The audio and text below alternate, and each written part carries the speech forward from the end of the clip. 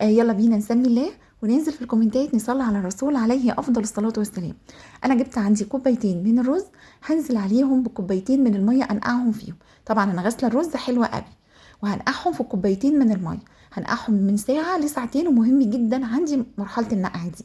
بعد كده هجيب عندي لتر من اللبن، ويا سلام بقى لو لبن كامل الدسم، وهنزل عليه بكوباية من السكر. تقدري تقللي او تزودي السكر، محدش يقول لي السكر كتير، هي سكرها كده مظبوط. تقدري تقللي شويه عن كده تبقى نص كوبايه لو انت حابه تدلع شويه، او لو حابه مسكر قوي تقدري تزودي عن الكوبايه.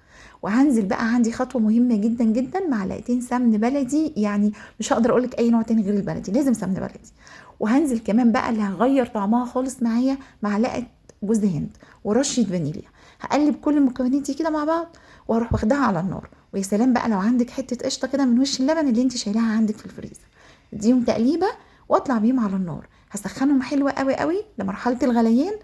ريحة الجوز الهند مع السمن البلدي مع الفانيليا حكاية، الريحة ما حصلتش. هاجي بقى على كوبايتين الرز اللي عندي، هصفيهم حلوة قوي من المية، وهنزل عليهم بخليط اللبن اللي انا عملته، اللي هو لبن وسمنة وقشطة وحاجات كتيرة كده مش نافعة معانا في اي رجيم ولا اي دايت. هاخد الطاجن بتاعي ده وهروح بيه على النار. تعالي بقى على مرحلة التسوية اللي عندي دي، عشان دي مهمة جدا. انا بفتح عليه اول حاجة الشواية، ما بفتحش عليه الفرن من تحت.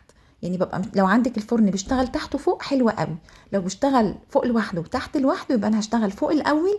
اول ما الوش ياخد معايا لون ويبدأ لونه يبقى حلو قوي كده والاحمر الجميل ده، هفتح عليه من تحت لغاية لما يستوي.